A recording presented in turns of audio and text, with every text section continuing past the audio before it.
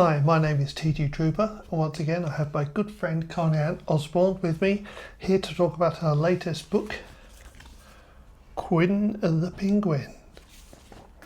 Very exciting. I mean, I might as well live here at this point. I'm pretty much here all the time. Right, first of all, we're here to talk about your second book. Tell us about your first one, The Cute Newt. So the first one, can I hold it up? Of course. I'll hold it up. This is Cute Newt. Cute Newt is about a newt called Lulu, who has a bit of a sensory overload. Mm-hmm. And she becomes dysregulated, and then it's her sort of coming down from that and finding how to become regulated again. So essentially, she's a newt that has sort of autistic traits.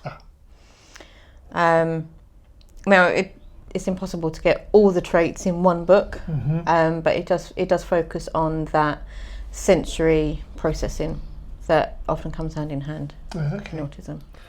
Okay, so what is Quinn the Penguin all about? So Quinn the Penguin is, again, it's impossible to talk about all the aspects of ADHD. It is, again, it's a spectrum, but it focuses on ADHD and that sensory seeking aspect, that sense of, the sense of smell, touch, sight, and it's a penguin who essentially has this ADHD trait. Oh, okay. You choose to focus on educational and behavioural needs. Why? Well, I work with children with SEND needs, and I just think they're inspirational because they deal with a lot, and having to deal with, especially with the sensory processing, having to cope with all those different emotions that come with it when they're dysregulated.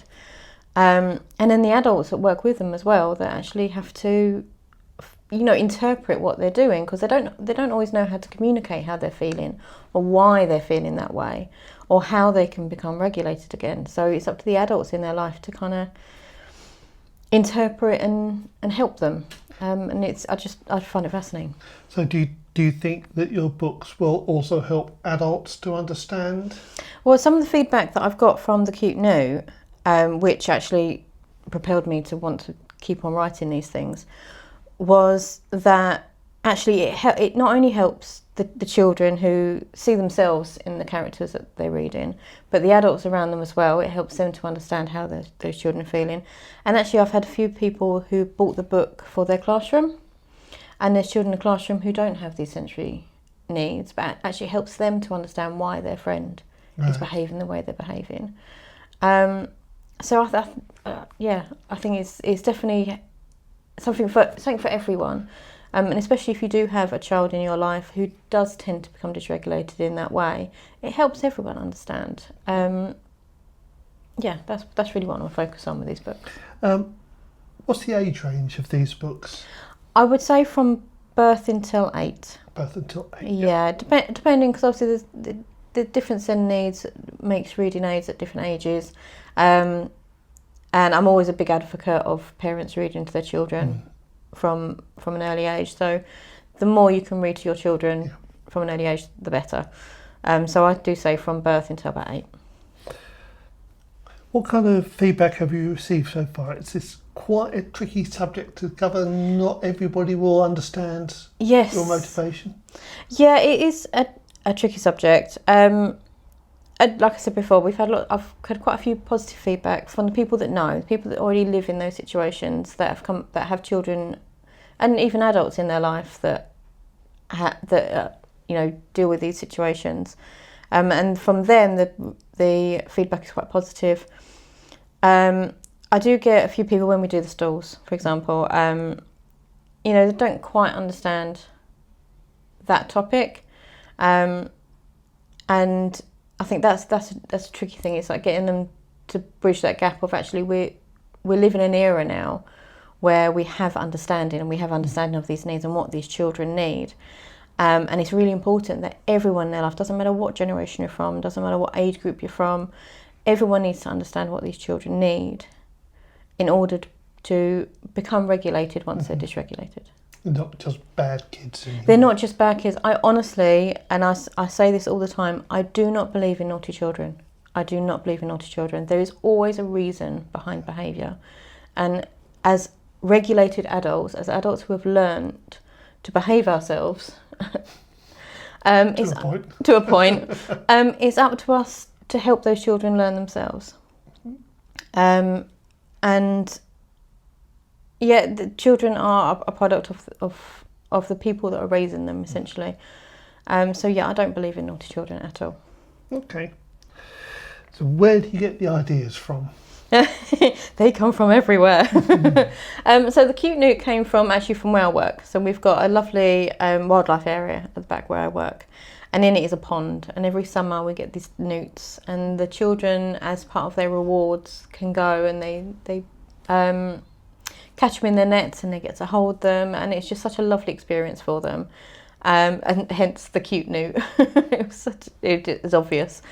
Quinn the Penguin actually came from, on one of our stores, we had a lady come up and she was talking just so passionately about, she's just been on this Arctic adventure, as it was, organised by her daughter, where they went to go and see the penguins up close, and she was talking about how the mummy penguins were chasing the baby penguins around, and she showed me all the photos and videos she had, and I was like, of course, a penguin. Of course, a penguin. Why wouldn't it be a penguin? Why wouldn't it be a penguin?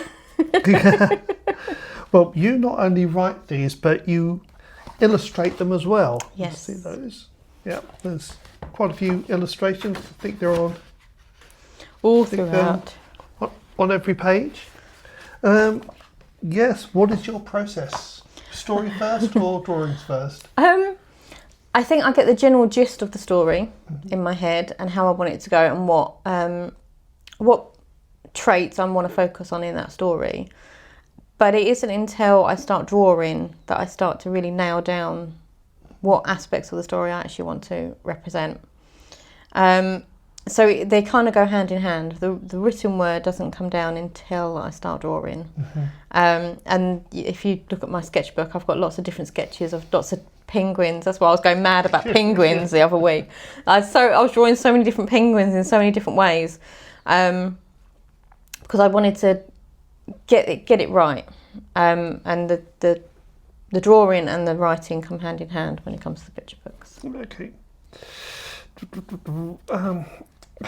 What have you got planned for the future? Are there going to be more in the ilk? I'm hoping so. At the moment, I'm focusing on my novels, because I also write adult novels. I have got an idea about a capybara, and it was just from a couple of months ago.